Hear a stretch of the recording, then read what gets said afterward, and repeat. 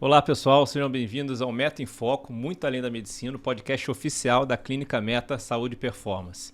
Aqui a gente fala sobre saúde, sobre bem-estar, sobre alto rendimento, performance, sempre com informações e dicas valiosas e confiáveis com especialistas da área, tudo para você viver melhor, ter um cuidado com o seu dia a dia, com seus hábitos diários. Então eu sou Alexandre Castelo Branco, mais uma vez aqui seu host, e o assunto de hoje é um dos mais discutidos e comentados na ortopedia, a hérnia de disco. E para isso, eu estou aqui com ninguém menos que dois grandes especialistas no assunto. Queria agradecer o Dr. Arthur de Azevedo, Dr. Pedro Pascoal. Bem-vindos, obrigado pela participação de vocês.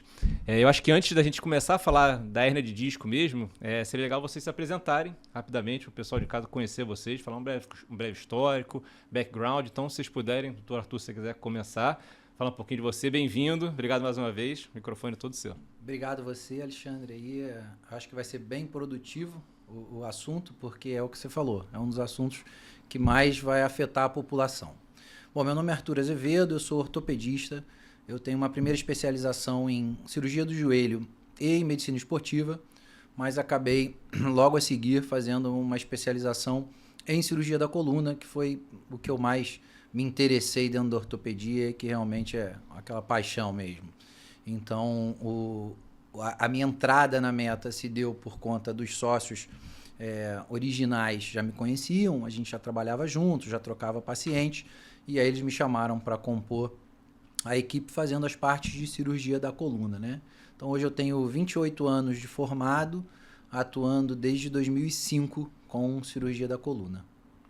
Tá ótimo. Pedro, fica à vontade, por favor. Obrigado também pelo convite, Alexandre. Eu sou carioca de formação, fiz aqui no Rio de Janeiro mesmo toda a minha área, tanto da ortopedia geral, né? E depois, como o Arthur falou, a gente acaba gostando muito dessa área de coluna, uma área muito interessante que a gente vê mais necessidade na população, não só familiares e amigos. Fiz minha formação no INTO e hoje em dia é a minha principal área de atuação. Tenho profundo prazer de ver como pequenas atitudes nossas no consultório às vezes conseguem mudar muito a qualidade de vida dos pacientes, não só com hérnia de disco. Legal, estamos aqui então, dois craques, estamos seguros aqui que vai ter muita informação valiosa, fique ligado. Vamos começar então pelo começo, né? Acho que é legal para o pessoal saber, e para mim também, como informação. Se você puder, doutor Arthur, explicar o que é, né, hérnia de disco e por que ela é tão comum hoje em dia, né? Tanta gente fala e acaba sofrendo da hérnia de disco. A principal causa, né, Xande, é o seguinte, é a história familiar. Então, a gente tem várias teorias, mas o que a gente sabe é que a história familiar é a principal causa da hérnia de disco. Então, ou seja, se no teu DNA ali da tua família você tem essa predisposição, por mais que seu pai, sua mãe não tenha desenvolvido a doença, mas ela está com a predisposição do seu DNA, então você tem um risco maior. E aí entram outros fatores, como por exemplo, obesidade, sedentarismo, atividade repetitiva, atividade de alto impacto. Então, acaba que você tem vários fatores que vão ser os causadores da hérnia e, na verdade, sendo o principal a tua história familiar. E a hérnia em si, o que é? A coluna ela tem um segmento que ele é formado por duas vértebras e um disco, né? Então, a gente considera isso como um segmento da coluna. Ali há toda uma questão física e biomecânica envolvida. Então, o disco, ele não só, como todo mundo acha, ele é um amortecedor da coluna, mas ele é uma estrutura de estabilidade. Então, ele sofre muito durante a nossa vida com sobrecarga de peso, repetição do movimento, má postura, e ele vai alterando a sua forma. Ele é muito rico em água, né? A base do disco é a água. Com o nosso envelhecimento natural, esse disco vai desidratando. E aí ele vai perdendo esse componente dele de complacência, de elasticidade, flexibilidade, e vai ficando duro.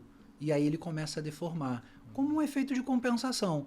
Ele não tem mais essa capacidade de se deformar, e aí ele vai ficando abaulado, né? Esse abaulamento é o que a gente considera a hérnia de disco. Essa hérnia ela pode ser uma hérnia contida, que é uma hérnia mais fácil de se tratar, mas às vezes ela é uma hérnia extrusa, ou seja, os ligamentos que estão ali protegendo o núcleo do disco rompem. E aí a gente tem uma hérnia extrusa, essas sim as que dão mais dor de cabeça para se tratar, no caso dão mais dor lombar para se tratar, né? Entendi. E Pedro, fala um pouquinho para a gente dos sintomas, né, que podem indicar que é uma hérnia de disco, né, uma pequena dor ali, qual são os exames, né, os diagnósticos para que você vai ter isso daí, a ressonância magnética, um exame ali de sangue que vai ajudar a ter um diagnóstico. Então, quais são os sintomas e como que você pode identificar assim que, cara, é uma hérnia de disco de fato? Entendi. Então, Alexandre, uma coisa até interessante que muita gente às vezes não sabe é que a hérnia de disco propriamente, ela por esse extravasamento que o Dr. Arthur falou, ela acaba ocupando um local que fica o nosso nervo. Geralmente os nervos que vão ou para os pés, para as pernas, ou no caso da coluna cervical para os braços. Então o principal sintoma acaba sendo aquela famosa dor irradiada que na lombar o pessoal conhece como dor ciática. Lógico que pode ter associado nesse quadro uma dorzinha lombar, mas o quadro principal é essa dor ciática. E aí o paciente que já tem uma hérnia às vezes maior, pode ter uma sensação de formigamento ou uma queimação na região das pernas e em casos mais graves até uma perda de força, que a gente olha esse paciente com muito mais atenção. E aí, para diagnosticar, a própria história, a conversa no paciente, pausadamente, como que aconteceu, como é que veio acontecendo essa dor, já traz para a gente sinais. Lógico, o exame físico bem feito, ele é a melhor parte da medicina em todas as áreas, né? E examinando, você já praticamente diz para o paciente, ó, muito provável isso daqui é uma hérnia. Mas para a gente bater esse martelo, ter a comprovação e visual, é necessário exames complementares e a ressonância é o que vai ver melhor esse disco. Vai ver não só a hérnia, mas se ele está gerando uma compressão do nervo, se é uma ou se são várias hérnias, e traz sinais ali auxiliares, né? Graduar a artrose, se o disco está hidratado ou não está. Uma coisa interessante, né, Pedro? Quando você fala da irradiação, é até bem comum a gente pegar o seguinte, o paciente começa com uma cervicalgia ou com uma lombalgia inocente, tá? Aquela coisa que a gente tem no dia a dia, toma um medicamento, faz uma compressa, um repouso, ela alivia. Aí ela começa a se intensificar e depois essa dor melhora e você passa a ter irradiação, né? A gente vê bastante isso. O paciente fala, eu comecei com a dor lombar, de repente aquela dor melhorou e eu comecei a ter dor na perna ou no braço. E via de regra ele vai no ortopedista geral, achando que você é um praticante de atividade física, que foi uma lesão muscular, tá achando que tá com uma tendinite, e às vezes ele fica tratando, tenho certeza que o Pedro já pegou vários casos assim, tratando, fazendo ressonância daquela área da perna ou do braço, achando que é. Até que alguém fala assim, não, cara, vai ver a tua coluna. E aí foi uma hérnia que acabou comprimindo a raiz, como o Pedro disse. Então, assim, a avaliação pelo especialista é fundamental, porque você ganha tempo, né? Você começa a tratar o problema. Você pode estar tratando um mó tempão algo que não é o Exatamente. Causador da sua e dor. aí por isso não melhora. Pô, mas eu não estou melhorando. Aí alguém te encaminha. Então é bem importante. Começou com uma queixa, você acha que a coluna, procura o especialista que vai te dar uma chance maior de resolver mais rápido o teu problema. Ótima dica, hein, pessoal? E acho que o que muita gente quer saber também, acho que os tratamentos, né? Como vocês falaram, existem hérnias de disco mais profundas, né, que talvez demandem ali uma cirurgia e tal, e tem outros com tratamento, como fisioterapia, outra vez um pilates, alguma coisa, você resolva. Quais são os principais tratamentos, assim, de uma maneira geral, da hérnia de disco? Na verdade, a hérnia, né, a gente sempre tem aquela coisa do medicina não é matemática, né, mas a medicina é matemática. Por quê? Tudo que a gente faz é baseado em ciência, né? Então alguém vai escrever um artigo científico, o cara estudou uma população e viu qual foi o comportamento daquela doença e como ela se comporta com os tratamentos. E a hérnia de disco, para nossa alegria, o tratamento dela em 95% dos casos ou mais vai ser conservador. A gente não vai precisar de cirurgia. A gente costuma brincar, às vezes que a gente pega uma hérnia grande, a gente opera logo antes que fique bom, hein? Porque ela resolve bem, né? E dentro do tratamento, das opções conservadoras, sem dúvida, analgesia, a gente utilizar algum tipo de medicamento para amenizar, diminuir a intensidade da dor, dar conforto ao paciente, e fisioterapia, né? Isso daí é assim, o carro-chefe do tratamento da hérnia de disco. A gente pode lançar a mão hoje, porque a gente tem isso, inclusive a gente tem na Meta, Pedro hoje estava usando lá alguns aparelhos que a gente tem, que são as terapias físicas, a gente pode usar um laser, um campo magnético, terapia por onda de choque. Então são também terapias que não são invasivas, fazem parte do arsenal para a gente cuidar dessa hérnia. E, sempre que possível, iniciar a fisio com exercício. A gente tem na mente que eu estou com uma hérnia e eu não posso fazer nada. Não, a indicação na literatura médica para repouso absoluto numa hérnia é no máximo por 3 dias. Então você está com muita dor, a gente vai te dar esse repouso absoluto, ou seja, não fazer exercício, não tentar ficar em casa mesmo, se possível deitado, sentado, Depois desses 3 dias, cara, mão na massa. Vamos para fisioterapia e a gente começa a fazer ativações musculares para proteger essa área. Tá? Então, assim, em termos de tratamento conservador, uma síntese seria a medicação para analgesia, tá? Como tem um processo inflamatório agudo ali, muitas vezes a gente usa assim, o anti-inflamatório, a fisioterapia e um repouso que não é um repouso absoluto, via de regra. A gente vai procurar dar mobilidade àquele paciente. Legal. E Pedro, fala um pouquinho assim da importância da fisioterapia, né? Acho que antes, durante e depois também, acho que também de algumas técnicas, como o RPG, como o próprio Pilates, a importância disso, porque às vezes as pessoas relegam, né, um pouquinho fisioterapia, ou falta fisioterapia, falta uma sessão. O quanto é importante, de fato, seguir à risca ali esse tipo de tratamento? Não, esse ponto é muito interessante, eu costumo até brincar com os colegas fisioterapeutas e até mesmo com os pacientes, que a ortopedia acaba sendo o médico para tratar as doenças cirúrgicas, mas quem trata a gama da ortopedia inteira é um bom fisioterapeuta, e a fisioterapia tem que ser muito alinhada com o médico, tem que dar as mãos para o paciente ter o melhor resultado. No caso de uma hérnia, pensa que o tratamento na fase aguda ali, que ele está com muita dor, a fisioterapia tem um objetivo ali analgésico, depois, como o Arthur falou, imobilizando e ativando essa musculatura para proteção, mas o paciente, inevitavelmente, até depois que o quadro dele está resolvido, ele está com muito menos dor, já saiu daquele período de crise, ele cria um fenômeno que é ter medo do movimento, a cinesiofobia. E aí a fisioterapia ganha um outro papel, seja depois da resolução espontânea, sem cirurgia, ou até depois da cirurgia, que o paciente ele fica mais contraído, ele tem medo de se mover, ele acha que vai desmontar, e a fisioterapia tem um papel de psicólogo. Eu até brinco, inicialmente, agora depois de uma cirurgia, vamos para o psicólogo, ela vai te mobilizar, vai te mostrar que você é capaz de fazer os movimentos em casa, voltar a dirigir, voltar a trabalhar, e nosso objetivo é devolver esse paciente para a vida dele. Quanto mais o paciente vai vendo essa melhora, mais ele abandona o médico. E é isso que eu quero, que ele me abandone. Só que de uma forma positiva, que ele sinta confiança de voltar para a rotina dele. Que muitas vezes, o paciente às vezes já fazia um pilates, já fazia uma musculação, eu quero devolver ele para essa atividade. Ou um futebol, ou que está muito famoso hoje, beach tênis. Esse paciente tem que voltar, que senão meu tratamento não está completo. Às vezes pode ser que demore. Você comentou sobre o Pilates, e o Pilates, ele nesse ponto da hérnia, ele tem um papel fundamental, tanto nesse paciente que a gente está tratando e na prevenção de outros incidentes, porque a gente tem uma coluna, um disco em cima do outro, a gente tem um monte de andares para ter problema. E no momento que a gente fortalece a musculatura como um Pilates ou uma musculação, eu estou protegendo aqueles segmentos que hoje em dia ainda estão bons para eles irem degenerando com o pé no freio e não ser uma coisa acelerada. Uma coisa interessante também, né, Pedro? É importante que a gente entenda que não dá para eu te falar da tua hérnia, você comprar o meu tratamento, não, então eu vou fazer a físio, vou fortalecer, e aí um amigo teu fala que está com hérnia, você fala, cara, faz isso aqui que deu certo para mim. Esse tratamento é individualizado, porque as pessoas têm necessidades diferentes no trabalho, no esporte, em casa. Então a gente entende muito bem quem é aquela pessoa e aí a gente vai orientar, porque é o que o Pedro falou, não, eu quero que ela volte para o esporte. Mas, cara, qual é o teu esporte? O teu esporte é uma luta? O teu esporte é futebol? É o beach tênis? É o balé? Então tudo isso a gente tem as fases de transição para voltar. Então não dá para a gente também botar tudo numa fórmula, vamos botar assim, uma receita de bolo.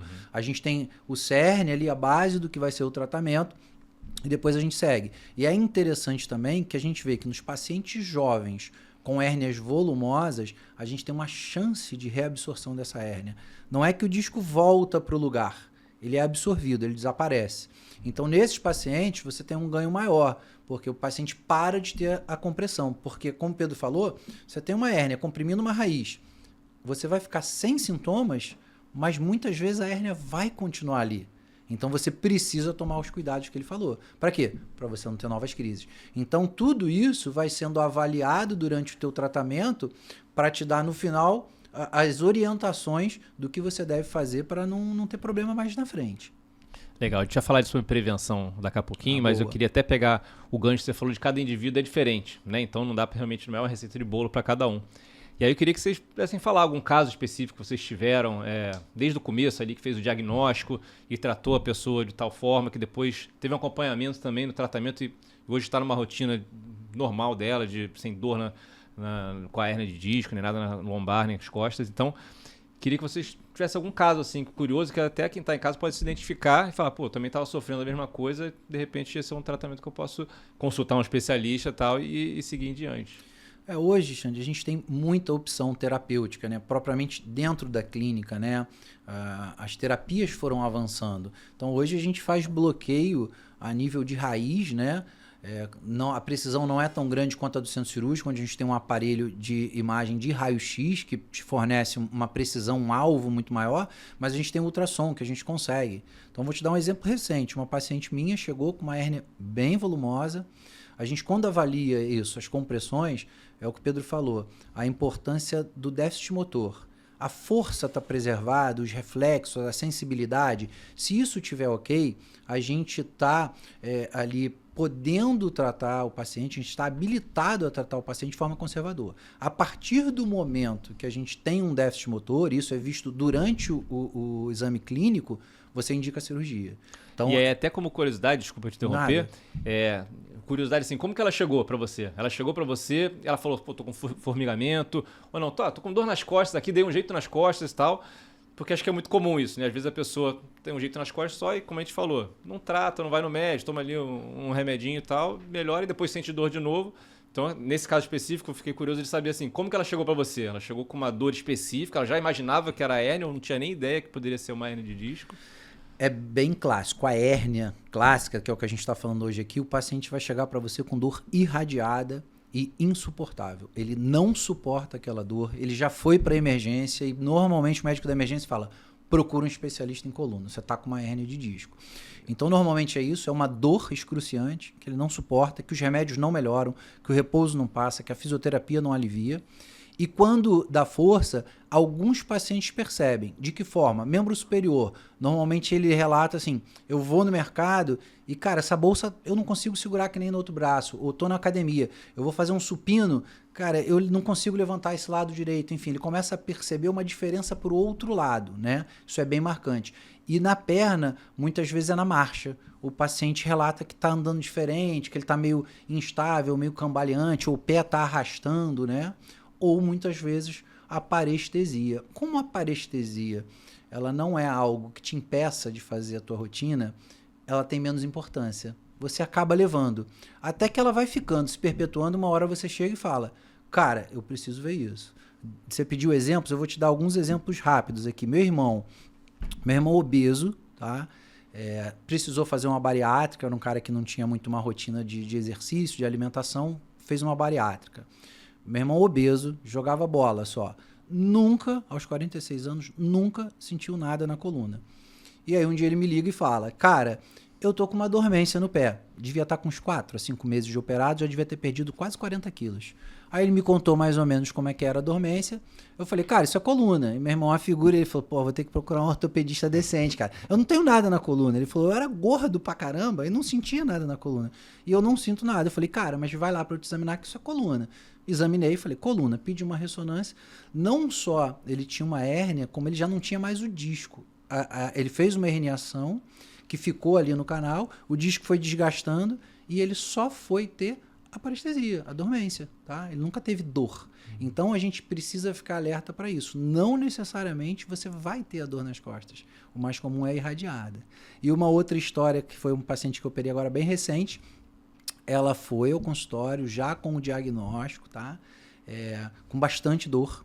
E aí eu propus a ela um bloqueio analgésico no consultório para alívio da dor. A dor dela era na panturrilha. Só tinha dor na panturrilha, 0 na coluna. E eu fiz o bloqueio. Ela levantou e falou, acabou minha dor. Não tô sentindo dor, não tô sentindo nada. Porque a gente faz um bloqueio bem seletivo. A gente pega, não sei se a câmera consegue pegar, mas é mais ou menos isso aqui. A hérnia tá aqui, é essa bola aqui. E o nervo tá aqui. Então a gente consegue trazer uma agulha até bem próximo e injetar medicação. Então isso faz uma analgesia, como se fizesse uma anestesia. Dali ela levantou, eu falei, ó, essa semana repouso, nada de trabalhar. Ela falou, tá bom, me dá o atestado, eu vou levar o atestado na escola. Ela é professora. Chegou lá, ela me contando isso depois. Chegou lá, se sentindo bem, adora a escola, Ficou. Trabalhou a semana inteira. O que aconteceu? Voltou a ter dor. Aí, quando ela voltou na outra semana para eu reavaliar, eu fazendo o questionário com ela, ela falou, realmente, a escola tem muita rampa. Eu, quando subi, eu tinha que puxar, porque eu não tinha força para dar impulso nessa perna. Ela falou, a dor até não piorou tanto, mas eu percebi isso. E aí a gente testou, tem até um vídeo, né? De repente a gente vê se consegue passar aqui. Quando eu faço o teste do pé, um pé dela não mexe. Então isso é um déficit motor. E aí eu internei ela de urgência para operar, porque aí passa a ser uma indicação de tratamento de urgência, né? Bem interessante. São engraçados esses casos que a gente sempre, quando pergunta, se lembra de um caso que a gente usa de exemplo. Eu até tenho um paciente que é um colega e no meu caso era uma hérnia na coluna cervical. Paciente jovem, jogava futevôlei todo santo dia antes do trabalho, era a terapia dele.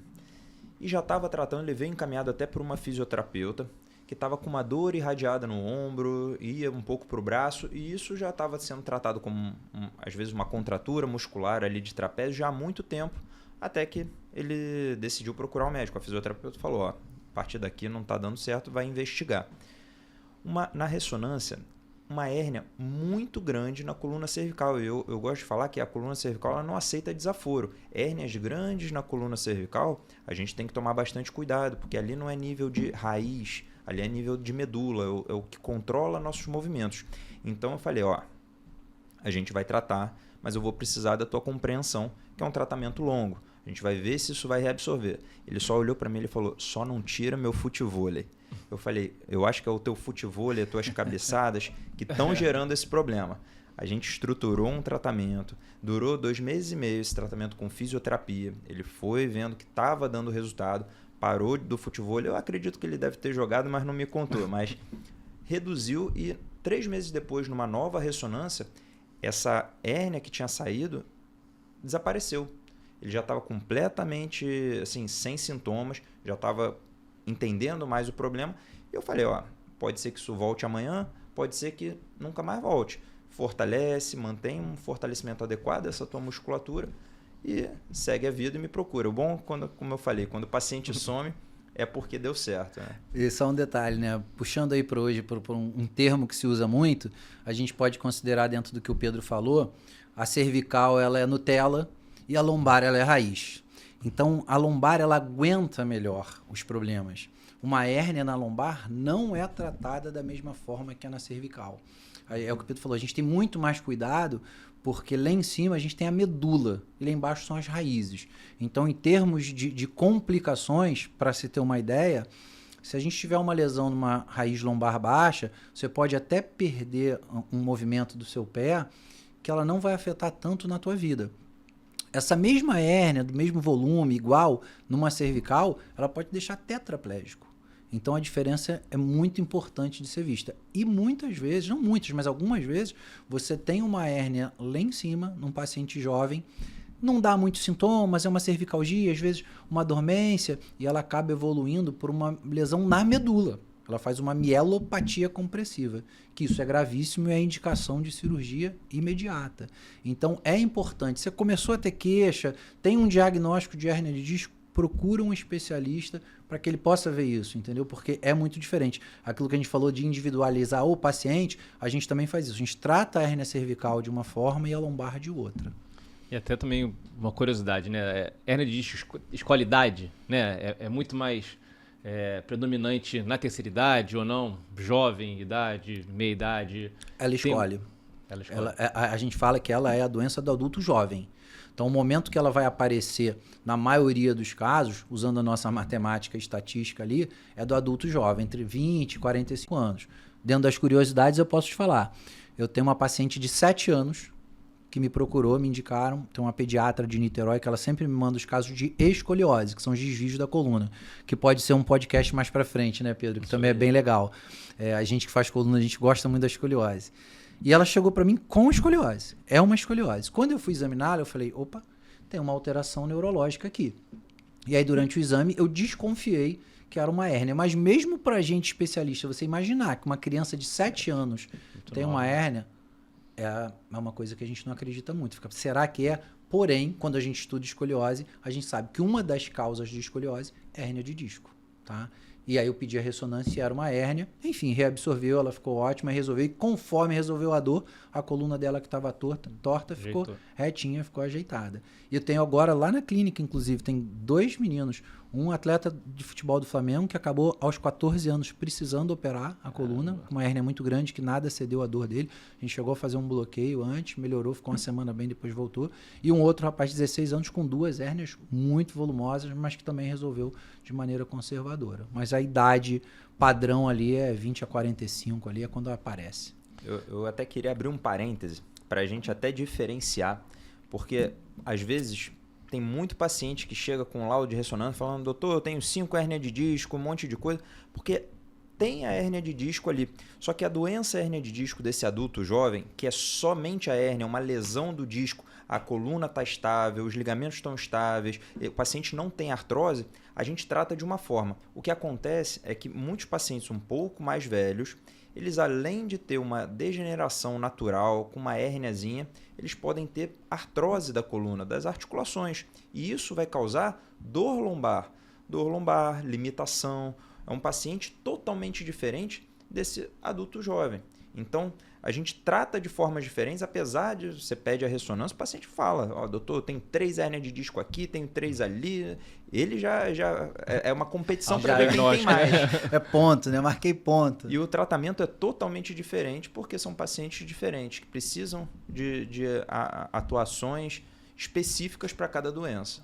E uma dúvida também que, não sei se todo mundo tem, mas eu tenho, né? Qual a diferença entre abaulamento e protusão?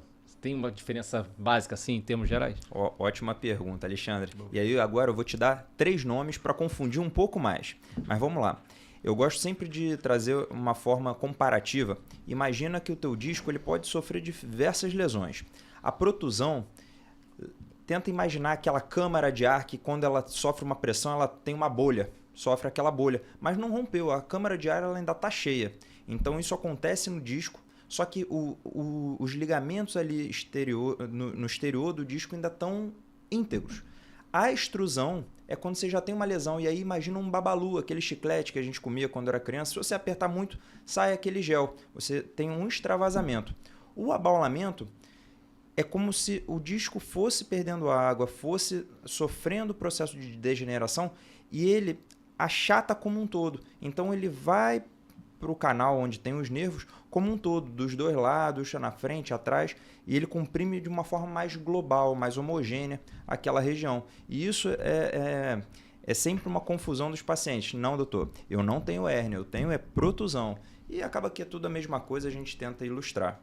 Na verdade, que é isso que o Pedro falou exatamente. Para a gente é tudo a mesma coisa. O que diferencia muito o tratamento, o prognóstico? Esse ligamento que a gente tem em volta, que protege o núcleo, que todo mundo fala, é um gel, ele não é um gel, ele é uma fibrocartilagem. Tentando trazer alguma coisa mais conhecida, ele é muito parecido com menisco, né? Ele parece um menisco. O telefone quis conversar aqui com a gente, aí entrou aqui. Então, ele parece muito a estrutura de um menisco. Então, quando o Pedro falou que ele rompe esse ligamento, o que sai não é um gel, é uma estrutura sólida, rígida. Por isso ele incomoda tanto, pela compressão e pela questão química, né? Ele faz um processo inflamatório químico. Então, para a gente não muda muito. O que é importante? O ligamento está íntegro ou não? Porque também é o ligamento que é inervado. Então, quando às vezes você tem uma rachadura nesse ligamento, né? Ele rompe, às vezes o disco não está extruso, mas ele traz muita dor. Então, para a gente, o que vai ser importante? Essa hérnia está extrusa ou ela é só um abaulamento ou uma protusão? Tá? Então é mais ou menos por aí. Mas é uma questão de confusão sempre no consultório. Normal, imagino. Eu acho que vou falar um pouquinho, vocês já falaram algumas coisas, né? Acho que de prevenção, principalmente. Né? Acho que cuidados, mudança no hábito do dia a dia, cuidados do dia a dia, que você possa fazer, que você possa começar a aplicar para você evitar ter uma hérnia de disco. Né? Então eu queria que vocês falassem um pouquinho de cuidados, mudanças, enfim, exercício, né? Muitas coisas que já sabe, mas se puder dar um pouquinho mais de detalhes do que a gente pode fazer para prevenir, acho que vai ajudar muita gente aí que está assistindo a gente. Eu vou puxar um pouquinho aqui para a medicina regenerativa e depois o Pedro vai mais para essa parte aí clássica e tradicional. A medicina vem evoluindo muito, né? A gente fala que a verdade de hoje é a mentira de amanhã, né? Então, que hoje para a gente é uma verdade absoluta, isso muda com o tempo, porque as pessoas vão estudando cada dia mais. Hoje, alguns meses atrás, na verdade, me foi pedido para escrever um trabalho com um grupo sobre o microbioma, ou seja, a minha flora bacteriana intestinal e a doença discal. Aí o que eu pensei? Vou inovar, né? Vou escrever um trabalho que ninguém pensa nisso. E entrei lá no PubMed, que é onde a gente pesquisa nossos artigos, para ver se tinha alguma coisa sobre isso. Minha surpresa é que tinha mais de 5.000 artigos falando da microbiota intestinal, da doença do disco, da osteoartrite. Então a prevenção, como tudo na medicina, começa na tua boa alimentação, no teu controle de peso, no teu sono adequado. Nosso sono ele é muito importante para gerir nossa parte hormonal, nossa parte de reconstrução celular. Então, essa seria uma parte mais que a gente volta aqui para que a gente chama da medicina regenerativa, que na verdade é uma medicina que funciona um pouquinho diferente. A gente, ao invés de ser mais invasivo, a gente é mais cuidadoso. A gente cuida de todas as partes. Então, é importante ter uma boa noite de sono, você se alimentar bem, controle de peso e exercício físico. Cara, isso daí é prevenção de problema na sua coluna, nas suas articulações. Seria uma coisa mais genérica. E quando a gente para pensar, né, Xande? A tua pressão alta precisa disso, o teu diabetes precisa disso, a tua depressão precisa disso. Então é a gente viver uma vida mais saudável. Vamos botar aí como meta de vida, a gente ter uma vida que seja focada. É difícil, a vida mais moderna, nossas atribulações do dia a dia, nossa vida é diferente do que era antigamente, mas procurar esses 4 pontinhos aí, que é um bom sono, uma boa alimentação, uma atividade física e tentar um pouco do lazer para a tua mente também tá legal. Isso seria o genérico. E aí o Pedro agora fala aí da prevenção, de uma coisa mais específica. Posso só? Eu fiquei pensando aqui uma coisa agora. CrossFit, né? A gente escuta muito do CrossFit, tem muita lesão de CrossFit, as pessoas às vezes fazem movimento errado. Você vê que a gente começa até a rir quando fala do CrossFit. Por isso que né? eu pensei aqui agora. Como que é isso, assim? O CrossFit, na verdade, é uma boa atividade, mas contanto que você faça ela de uma forma correta, né?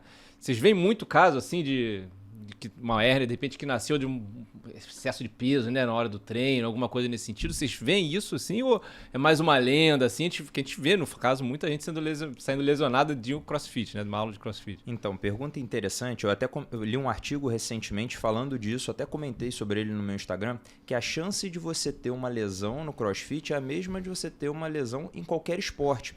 O que traz mais lesão no CrossFit e as lesões maiores na coluna e no ombro é o praticante executando mal os movimentos. Isso acontece geralmente com o iniciante. Aquele iniciante que está animado, com uma atividade nova, quer pegar às vezes mais peso sem saber a técnica. E eu posso extrapolar isso para qualquer atividade, qualquer corredor que for correr mais do que deve sem uma preparação física adequada, ele vai ter mais chance de lesão. E o CrossFit é uma ótima atividade para fortalecimento. Só que você tem que estar preparado. Eu nunca inicio o paciente no CrossFit. Você quer começar? Beleza, vamos te preparar para isso. Porque eu acho que isso faz parte de qualquer atividade nova que o corpo não está acostumado. E não é da noite para o dia, né? Às vezes pode demandar um tempo diferente de pessoa para pessoa. Vou pegar então esse assunto aí, para minha opinião pessoal, né? É uma ótima atividade, porque ela realmente é muito funcional. O pessoal brinca, mas você vira pneu, mas não é isso, é tudo que ela te traz na parte de ativação neuromotora. A minha crítica aí ao CrossFit fica que você entra num box e você tem do cara super franzino ao cara mais forte, a mulher, ao idoso, enfim. Então é um pouco difícil você direcionar, porque acaba que ali vira uma competição. Então quando você entra num esporte competitivo, você quer dar o seu melhor. E é o que o Pedro falou, às vezes você não está pronto para isso, né? De uma forma geral, o CrossFit ele vai buscar que você faça o aumento da carga, o aumento de repetição no menor tempo possível. É uma atividade atlética. A gente está com um atleta aqui do nosso lado aqui, né? Sabe, vai ter dor, vai ter lesão. A partir do momento que você sai de uma atividade mais recreativa ou mais controlada do ponto de vista da sua carga, da sua repetição, como a musculação, por exemplo, um pilates, você passa a se lesionar mais. O que mais lesiona? Futebol. Eu tava pegando esse gancho aí, uns 2 anos sem jogar bola. Aí domingo, eu vou jogar um futebol. Adivinha o que aconteceu? Dor lombar. Eu fiquei com dor lombar. Pedro falou, mal preparado, corri, impacto. Eu não tenho nada na coluna, tá? Já fiz, não tenho minha ressonância normal. Então, assim, é isso que o Pedro falou. Você fazer uma atividade que você não está preparado para ela. Aí você tá mais em risco. É isso que o CrossFit não vai te dar mais risco, entendeu? Ó, eu vou querer aí, como tem a Nath Pinheiro lá embaixo da gente na meta, já vou mandar isso para ela, hein, Seba? Pra ganhar lá um desconto no CrossFit. Porque é uma atividade boa pra caramba. Tem que ser controlado. Claro. E se você vai fundo, vai se lesionar. Como no futebol, no tênis, no qualquer outro esporte. E aí, pensando em hérnia de disco, a gente tem que, para saber como vai prevenir, saber por que acontece, né? É tudo interligado. E a gente tem o fator genético, que a gente não consegue mudar isso, pelo menos até hoje em dia.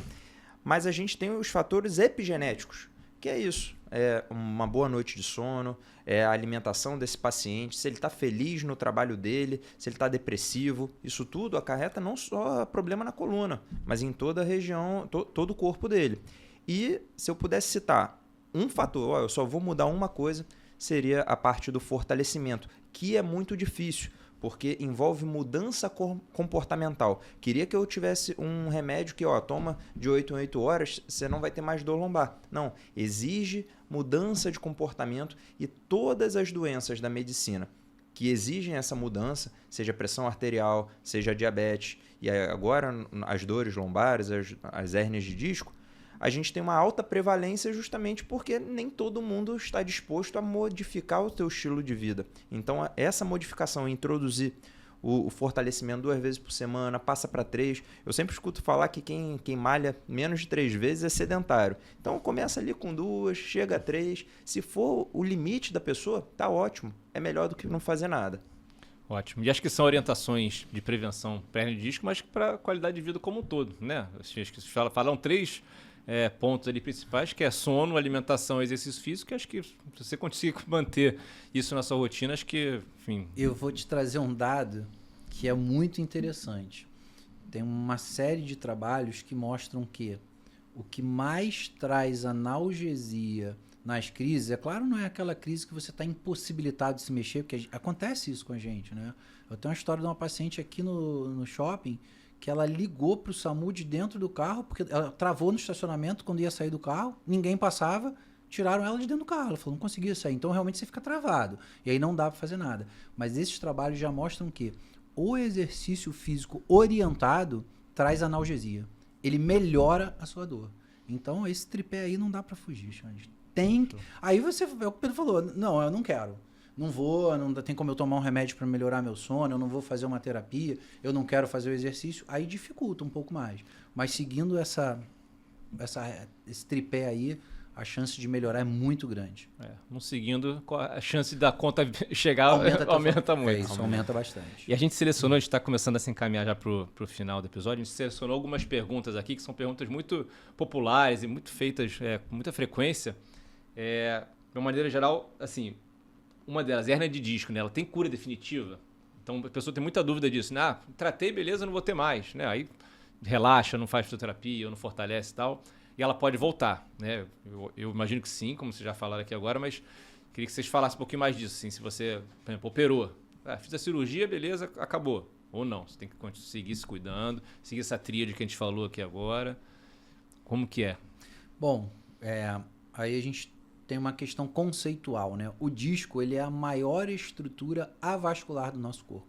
Então, ele não recebe sangue, né? A nutrição dele se dá por difusão, ou seja, os vasos sanguíneos que chegam nas vértebras vão levar a nutrição para o disco. Você imagina que ela tem que passar por uma placa de cartilagem, de osso, ou seja, não é uma nutrição boa. Então, ele tem essa tendência de desgaste um pouco maior. Então, a gente ter essa regeneração, essa cura da hérnia de disco é mais complicado um pouco. Essa medicina que se fala regenerativa, que ainda ela, na verdade, a pessoa pensa assim, vou fazer esse tratamento e vou regenerar tudo, não é isso. A gente vai ajudar o ambiente para cicatrizar tecido, mas se tem estudos para regeneração tecidual, buscando com o uso de células-tronco, mesenquimais, regenerar esse disco, essa cartilagem do joelho. Isso está em bastante estudo, né? E aí a gente tem a possibilidade da hérnia ser absorvida. Então é um pouco complicado para o paciente entender, mas é o seguinte, eu tenho uma hérnia, é isso que aqui está, o abaulamento, né? O disco saiu, esse disco vai ser absorvido. Ele desaparece, ele não volta para o lugar. Então você está curado da hérnia de disco. Ela não existe mais. Aquele disco é um disco doente. Ele pode te dar lombalgia, pode te dar algumas alterações, tá? Mas a hérnia foi curada. Assim como você fez a cirurgia para dissectomia, que é a retirada de hérnia, a hérnia está curada. Mas aquele disco ainda está lá. O que restou do disco, a gente tirou um pedaço, o resto ficou lá. Aquele disco pode reherniar. Tenho certeza que o Pedro tem casos, como eu tenho, de ter operado o doente e ele ter reherniado, tá? Então, assim, você cura a hérnia, você tira ela fora ou porque ela é absorvida, mas ela pode voltar. A partir do momento que você ainda tenha disco, aquele disco pode reherniar, sim. Legal. E outra pergunta também que, enfim, as pessoas fazem muito é assim, quais são os sinais, né, que você tem, assim, que vai ter que fazer cirurgia? Né? Assim, tratou. Quando é o momento que você chega e fala, não, realmente, fizemos tudo que podemos, agora precisa fazer uma cirurgia. Né? Acho que certamente tem os casos que de cara você já vê que precisa fazer uma cirurgia, como vocês comentaram, mas também deve ter casos que vai tratando e chega um momento que você vê. Então, que momento é esse? Né? As porcentagens falam sempre a favor do paciente. Aí mais de 90% dos casos não vão precisar. Eu falo com um paciente que tem 3 coisas que eu vejo no exame físico, ou vejo no exame de imagem, que eu vou indicar cirurgia, que aí vai ser uma decisão minha.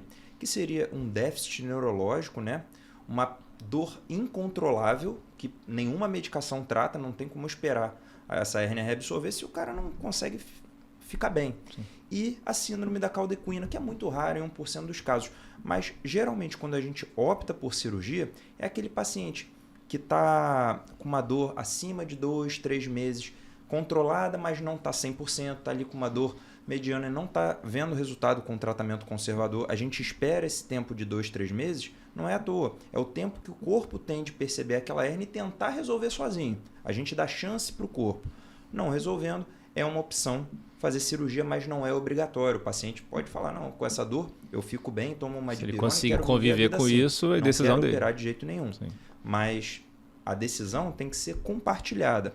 Muitas vezes a gente pega também o outro oposto. O paciente já tem um déficit ou já tem uma dor muito forte, mas ele não se convence que precisa de uma cirurgia de coluna, que é uma cirurgia que foi muito mal falada nos tempos anteriores, que as tecnologias eram diferentes ou nem existia tanta tecnologia. E todo mundo conhece alguém que operou e não ficou bom. Então o paciente já chega com medo. É um trabalho de tirar esse medo e mostrar que a gente precisa tirar aquela pedra de dentro do sapato dele para aí sim ele começar a ter melhora. Legal. E uma última pergunta aqui também dessas populares, digamos assim. Depois que a pessoa fez a cirurgia, né? Quanto tempo ela demora em média? Claro que cada um é cada um, mas quanto tempo ela demora em média para voltar à rotina dela, né? Normal. Ela precisa fazer, sei lá, em média 2, 3 meses de fisioterapia? Não, é realmente caso a caso mesmo. Tem gente que em 1 mês já está de volta à rotina normal. Como que é mais ou menos essa... mais uma vez isso, né? A gente tem ali uma questão estatística. Então, de uma forma geral, vai depender do déficit que o paciente tinha, né? Se ele tinha sua dor, há quanto tempo ele estava sofrendo, se ele tem uma hérnia única ou se ele tem outras alterações na coluna, mas principalmente do que você vai fazer para ele como proposta de tratamento.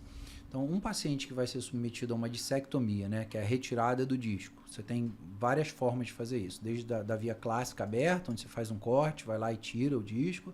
Você pode fazer uma microdissectomia, já com microscópio, um corte menor, mas o que a gente usa atualmente mais é a endoscopia, ou seja, é aquela artroscopia que se faz no joelho, que todo mundo já ouviu falar, a gente traduziu isso para a coluna. Então, hoje a gente consegue operar uma hérnia de disco por uma via endoscópica.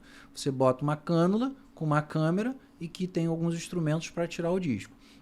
Normalmente, a área de cicatrização ali se dá em torno de 3 meses, né? Então, você precisa desse tempo. Eu posso liberar antes ou não? Esse é normalmente um tempo médio de cicatrização. Vamos fazer um paralelo aqui com o esporte. O Pedro rompeu o ligamento cruzado agora. Ele está super bem. Ele pode jogar? Não. Aquele tecido tem um tempo de cicatrização. No caso do joelho, é em torno de 8 meses. Para que ele esteja apto a voltar sem risco de lesar aquilo ali, né? Então, na hérnia é a mesma coisa. Quando você opta por um tratamento um pouco mais agressivo, que já seria o que a gente chama da artrodese, ou seja, esse paciente, além da hérnia, ele tem alterações, como o Pedro falou, de artrose, de instabilidade, ou seja, que você precisa botar parafuso, botar umas barras ligando esses parafusos, esse tempo se estende um pouco mais. Aí você vai ali para 6 meses.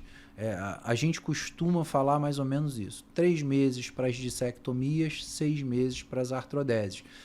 Mas aí vai no caso a caso, o paciente está evoluindo bem, você começa a liberar, fazer essas fases de transição de acordo com ele. Vai liberar para uma musculação.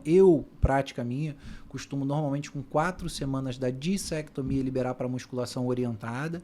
Eu faço um relatório, pego, e as artrodeses com 2 meses. E acho que respeitar as orientações também do médico, né? Imagino que vocês devem ver muito também, né? Você fala, não, vai devagar, pega leve, vai lá, pega dura, volta um pouquinho, toda a recuperação que foi sendo feita e tal. Então, enfim, acho que além de tudo é isso. Respeitem o médico de vocês e que eles tiverem dado de orientação. A gente fala, né, Pedro? Tem um paciente que você tem que empurrar porque ele é muito cinesiofóbico, ele fica com medo depois da cirurgia, e tem outro que você tem que frear, porque o cara fala assim, resolvi meu problema, agora eu posso voltar à vida normal hoje. Se eu saindo do hospital aqui, eu já quero ir embora de carro dirigindo sozinho, entendeu? Então, aí é conhecer teu paciente. E o que ele falou é o tempo de voltar às atividades que mais exigem esforço do paciente. Esse paciente que faz uma via endoscópica, tira uma hérnia com acesso de 1 centímetro, ele, às vezes, muito rápido já está voltando para o trabalho, ainda mais se for um trabalho sem impacto, sentado, de escritório, muitas vezes home office, a gente devolve ele para a rotina diária bem mais rápido. Às vezes dá uns 10, 15 dias de repouso, até para ele se acostumar com essa nova coluna dele, e rapidinho ele já está trabalhando. A gente libera rápido até para as cirurgias maiores, a hérnia de disco via endoscópica, a liberação é mais rápida ainda, a gente fica mais seguro, mas aí respeitando o tempo das atividades de mais esforço. Legal. Bom, gente, a gente está chegando no final agora, acho que o papo foi ótimo, agradecer de novo vocês aqui. Eu aprendi muito, com certeza o pessoal de casa também. Deixei várias coisas mentalmente anotadas aqui de prevenção, algumas que eu já faço, outras que eu acho que eu vou fazer um pouco mais. Então eu queria só, se vocês quisessem dar um recado ou uma dica final com relação à hérnia de disco, né, prevenção ou qualidade de vida, ou qualquer recado que vocês queiram dar, fiquem à vontade, o microfone é de vocês nesse encerramento aqui do... Bom, primeiro agradecer, foi muito bom, ficou muito bom o roteiro que você fez, as perguntas foram bem pontuais e é o que a gente vivencia no dia a dia do consultório, né? É isso que a gente recebe, você vê que o papo fluiu porque é isso, a gente todo dia fala isso para os nossos pacientes. Eu acho que tem que desmistificar 2 coisas. Uma coisa é, eu tenho hérnia de disco, cara, eu tenho 5 hérnias de disco, 6 hérnias de disco. A gente considera que a hérnia ela é uma compensação do seu corpo às cargas que ele vai receber. Então, é uma forma que ele consegue encontrar de levar a tua vida. Então, a gente vai conviver bem com ela, levando vida normal. Alguns casos, especialmente, vão precisar de abordagem ou tratamento conservador, fisioterapia, os bloqueios a nível de consultório ou propriamente uma cirurgia, e que isso é bem resolutivo. Não tem jeito, na medicina, os procedimentos, as doenças em si, elas têm complicações. Então, você tem uma taxa percentual, isso é matemático, alguns casos vão complicar. E você realmente não sabe. O que você consegue diferenciar é casos que são mais difíceis e casos que são mais fáceis, mais simples. Então, assim, não fica com essa preocupação. Você está com um problema, você foi no médico, escolheu o teu especialista, é uma pessoa que você confia, se ele te indicar operar, opera, porque vai ser o melhor tratamento. Não fica preocupado. Alguém operou a coluna e nunca mais ficou bom. Você tem que entender o caso. Será que ela tinha outras coisas ali? Então, hérnia de disco faz parte da nossa vida. A gente vai ter a dor na coluna, a gente vai tratar e viver bem, independente de tratamento conservador ou cirúrgico. Legal.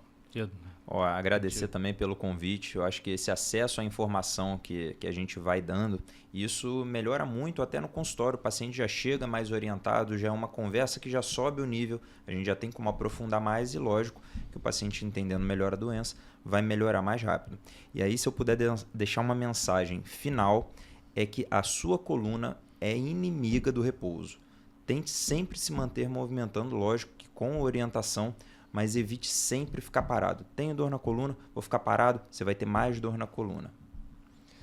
Legal, gente. Obrigado mais uma vez. Esse foi mais um episódio do Meta em Foco, muito além da medicina. Se você não está inscrito no canal ainda, se inscreve lá, ativa o sininho também para não ficar por dentro de tudo que a gente coloca lá de conteúdos, dicas, enfim, muito conteúdo legal. Nas nossas redes sociais também, no Instagram, se você ainda não segue lá, @clinicametarj.